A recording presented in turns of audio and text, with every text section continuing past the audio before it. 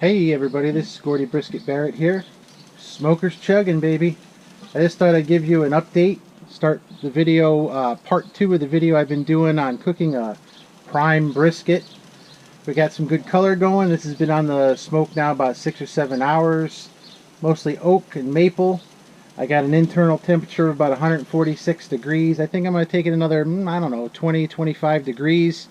Wrap it in butcher paper, put it back in, run it up until it gets tender, which is, I'm guessing, 203, 204, 205, something like that. Anyhow, just wanted to give you a close look.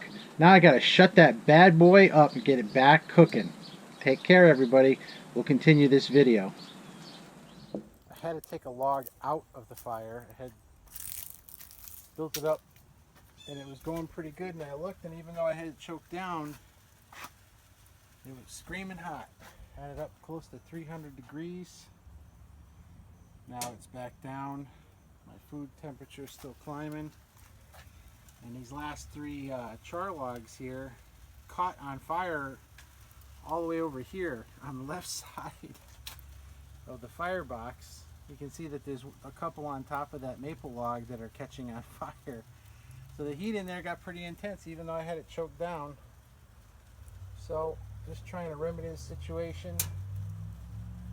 But I want to keep the door open because these char logs, even when they're preheated, they give off a little bit of a kind of a sooty smoke until they're really all the way lit.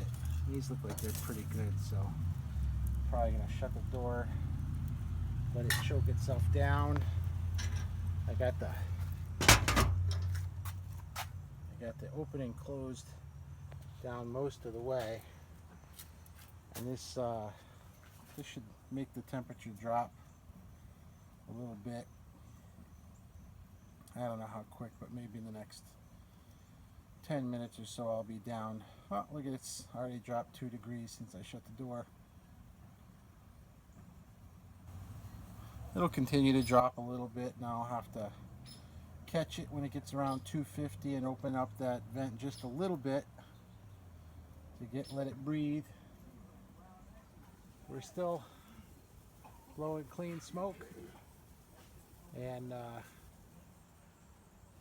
got to look around the yard here, fire pit.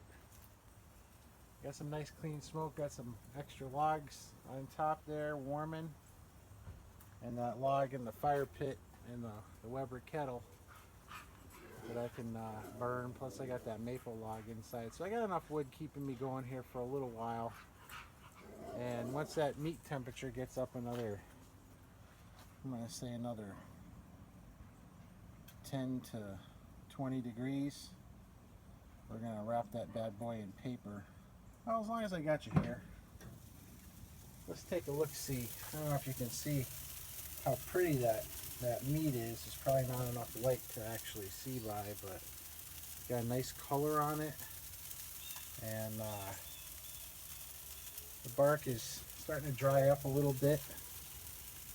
I want to make sure that bark is intact before I wrap it, though, whatever the temperature is. Or maybe I won't wrap this one. Maybe I'll have to let this one go all the way through. Anyway, I'll keep you posted.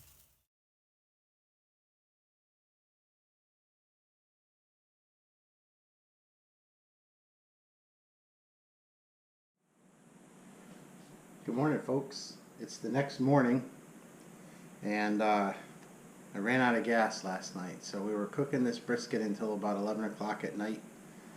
That means it cooked probably somewhere in the 13 and a half hour range.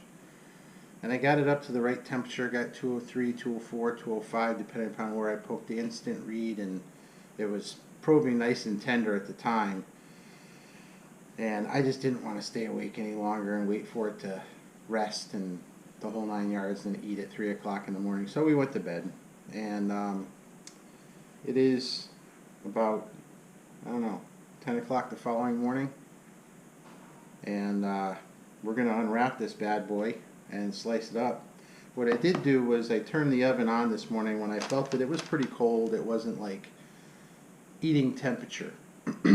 So I didn't want it to be unpleasant to deal with or have congealed fat and all that stuff on camera. So I turned the oven back up to, or on, to about 250 and let it sit for a while and warm up a little bit. To this day, I've never had a cooked, rested, and immediately eaten brisket, so that is a challenge that I have yet to face somewhere in the near future, hopefully.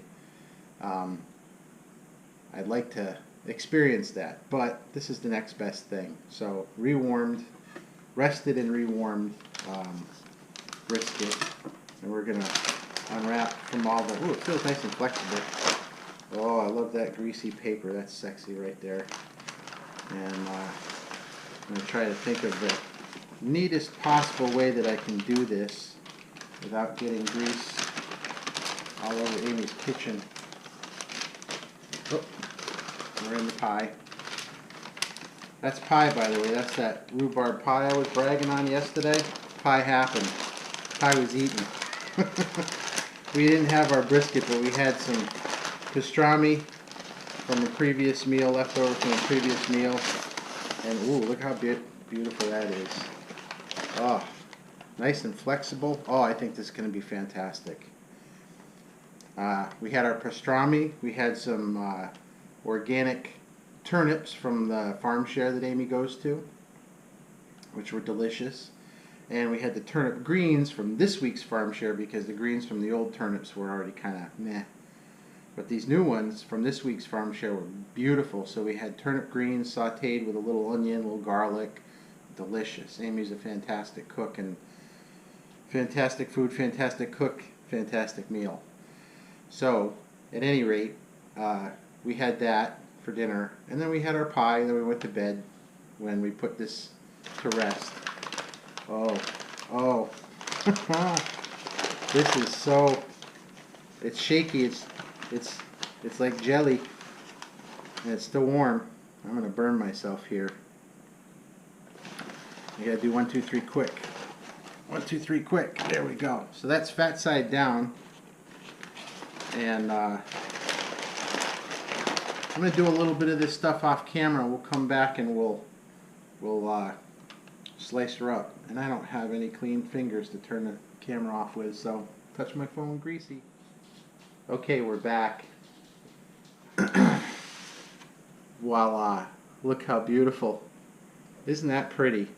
And it's jiggly. If you shake this end goes whoop, whoop, whoop, whoop. Watch. Whoop, whoop, whoop. I've never made a jiggly brisket. I've always chickened out and taken it out before it got hot enough and tender enough. I guess that's really what prime brisket is all about. I know T-Roy cooks. T-Roy's always saying that you got to get prime or better. And now I get it. I understand it. Having that extra fat gives you the nerve to push through to the jiggle. You got to have the jiggle. And I noticed in the past I've always chickened out because I was afraid of drying it out. And maybe it was dry, maybe it wasn't dry, but it wasn't tender. And that can make it feel like it's dry, I guess. But this is jiggly and tender and lovely. And my backyard still smells really good from smoking this. I'm going to flip it over because I want to see what the other side is, even though it was, look, it's falling apart on that end. So it was scraping on the grate, so I have a little bit of bark here that's, and this side was actually down inside the paper, so it's a little gooey. It's not very barky, but it's pretty, and it's got a nice color to it, and it's clearly juicy. Even this is tender and juicy, which is what I'm excited to finally have a point that I'll hopefully like to eat. So I think, even though I'm dirty here, without further ado, we're going to start slicing into this bad boy and see what we have. And they did the opposite on this one, where they cut it in the direction parallel to the grain instead of across the grain. But this thin part may be a little overcooked. We'll see. Got good bark on the back side of it, the non-fat side, which I guess is good, because if you're going to pull anything off, you're going to pull the fat off. You're not going to pull the meat off. kind of doing this left-handed here. Let me spin this around and see if I can. There we go. I don't know if that's advantageous for the camera or not, but let's see what we can. That fat is sticky and lovely. Yeah, we're a little overcooked on this end, but as long as it's moist and tender, I don't care. It's got nice bark, got nice color. There we go. Now we're getting into the body of it, getting past the thin parts. So we're kind of failing the dangle test, I guess. I don't know. Gentle pull pulls it apart, and look how deep that smoke ring went on the meat side. That's pretty interesting. I don't think I've ever seen that. And all I did was salt it maybe like an hour before I put it on. So, folks, I can't resist. I've been waiting for this for like a day. Actually, I've been waiting for this all my life. Oh my God. I love it. Far and away the best brisket I've ever had. Crunchy on the bark side, with that sticky rendered fat on the other side, and the meat is moist and tender in between. I don't like doing the squeeze thing. People want to squeeze the juice out of their meat. I don't want to do that. I want to leave it in there, cut it and eat it. So that's what I'm going to do. I failed again to keep a finger clean to shut the camera off, but I might make a little more of an addition once I cut further up, but I'll say it now just in case this is the last part of the video. Smoker's chugging, baby.